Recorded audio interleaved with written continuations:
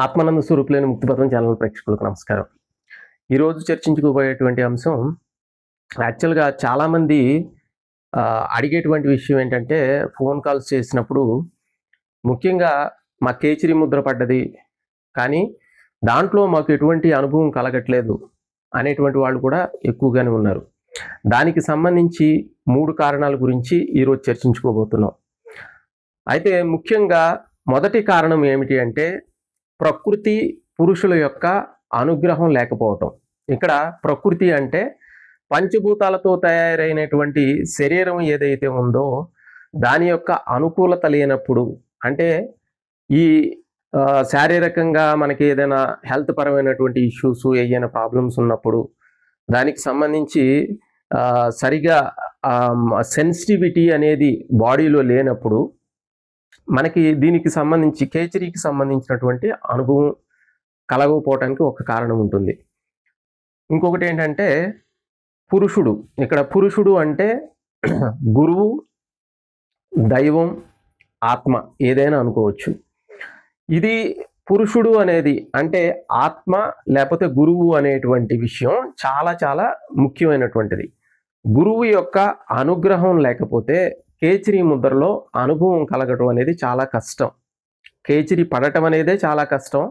పడిన తర్వాత అనుభవం కలగట్లేదు, ఆ పారవశ్యాన్ని మనం పొందట్లేదు అంటే దాంట్లో మనకి గురుభక్తి లేనప్పుడు, అంటే మనం ఇంతకుముందు మాట్లాడుకున్నటువంటి దాంట్లో కూడా ఇక్కడ భక్తి నుంచే మనకి ఏదైనా కానీ ఆనందకరమైనటువంటి స్థితి, పారవశ్యమైనటువంటి స్థితి, కేచరి ముద్రలో కలిగేటువంటి ఆనందానుభూతి కలగటానికి అవకాశం ఉంటుంది. కాబట్టి ఇక్కడ గురువు యొక్క అనుగ్రహం అనేది, గురువు యొక్క ఈ గ్రేస్ అనేది లేనప్పుడు ఈ ఇబ్బంది కలగటం అనేది జరుగుతుంది. మొదటిది. దీనికోసం ఏంటంటే గురువుకు సంబంధించినటువంటి గురు ఆరాధన లేకపోతే గురువుకు సంబంధించిన పూజ ఎక్కువ సమయం కేటాయించాల్సిన అవసరం లేదు. అంటే జనరల్గా క్రియ అనేదే అద్వైతవాదం, అద్వైతానికి సంబంధించినటువంటిది. అలాంటప్పుడు మీరు మనస్ఫూర్తిగా కొన్ని ప్రాణాయామాలు చేసిన తర్వాత ఒక ప్రేయర్ చేసుకోవటం, హార్ట్ఫుల్గా ఒక ప్రేయర్ చేసుకోవటం, ఆయనకి నీకున్నటువంటి క్రియలో ముందలకి వెళ్ళకపోవటానికి కలిగినటువంటి సమస్యలను గురించి ఆయనకి ప్రేయర్ చేయటం అనేది చాలా ముఖ్యమైనటువంటి విషయం. అప్పుడు గురువు యొక్క అనుగ్రహానికి సంబంధించినటువంటి ప్రాబ్లం వల్ల కూడా కేచరిలో మనకి అనుభవం కలగకపోవటానికి ఒక రీజన్. నెక్స్ట్ వచ్చేసి కర్మ సంబంధమైనటువంటి విషయాలు. ఈ కర్మ సంబంధమైనటువంటి విషయాల్లో ఇంతకుముందు కూడా చెప్పుకున్నాం. కర్మలకు సంబంధించి 3 రకాలైనటువంటి కర్మలు. దాంట్లో నీటి మీద రాసినటువంటి రాతలు లాంటివి, తర్వాత మట్టిలో రాసినటువంటి రాతలు లాంటివి, తర్వాత మనకి రాతి మీద రాసినటువంటి రాతలు లాంటివి. ఏ అయితే నీటి మీద రాసిన రాతలు లాంటి కర్మలు ఉన్నటువంటి వాళ్ళు త్వరగానే వాటి నుంచి, ఆ కర్మ నుంచి బయటపడి మనకి కేచరిలో మనకి అనుభవం పొందడం అనేది జరుగుతుంది. తర్వాత ఈ మట్టి మీద రాసినటువంటి రాసి ఉన్నటువంటి వాళ్ళు వీళ్ళకి ఇంకొంచెం ఎఫర్ట్ పెట్టాల్సి ఉంటుంది, వీళ్ళకి కూడా అనుభవం అనేది కలుగుతుంది త్వరలోనే. కానీ ఎవరికైతే రాతి మీద రాసినటువంటి రాతలు లాంటి బలమైనటువంటి సంస్కారాలు ఉన్నటువంటి వాళ్ళకి కేచరిలో అనుభవం కలగటానికి సమయం పడుతుంది. చివటమ్మ చెప్పినట్లు ఓపికే దైవం. ఓపిక పట్టాలి ఖచ్చితంగా ఇలాగ ఉన్నవాళ్ళు.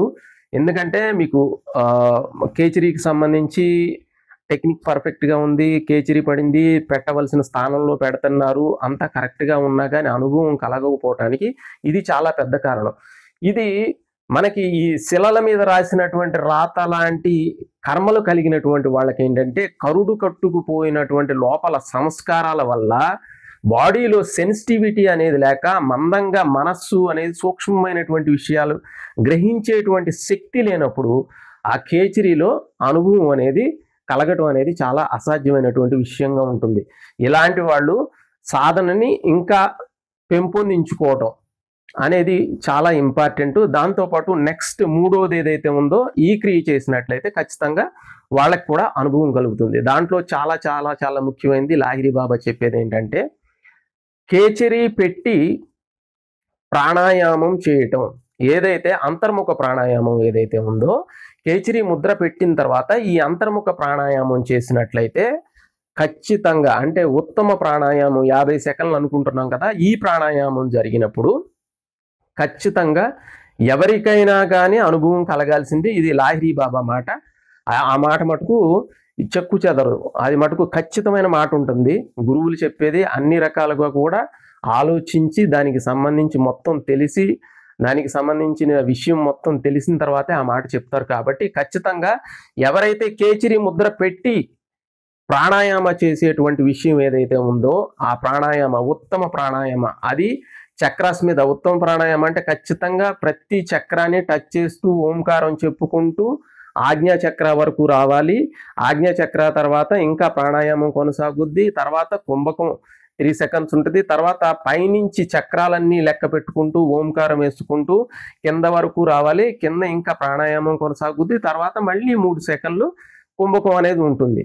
ఇది పూర్తిగా కరెక్ట్గా చేసినట్లయితే ఖచ్చితంగా ప్రతి ఒక్కళ్ళకి ఎటువంటి స్థితిలో ఉన్నోళ్ళైనా కానీ కొంచెం టైం పట్టచ్చేమో కానీ ఖచ్చితంగా అనుభవం అయితే ఖచ్చితంగా కలిగి తీరుతుంది.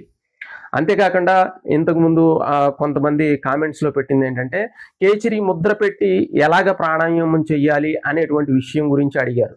దాని గురించి నెక్స్ట్ వీడియోలో ఖచ్చితంగా దాని గురించి వివరంగా చెప్పడం జరుగుతుంది. ఆ వీడియోని ఖచ్చితంగా వాచ్ చేయండి.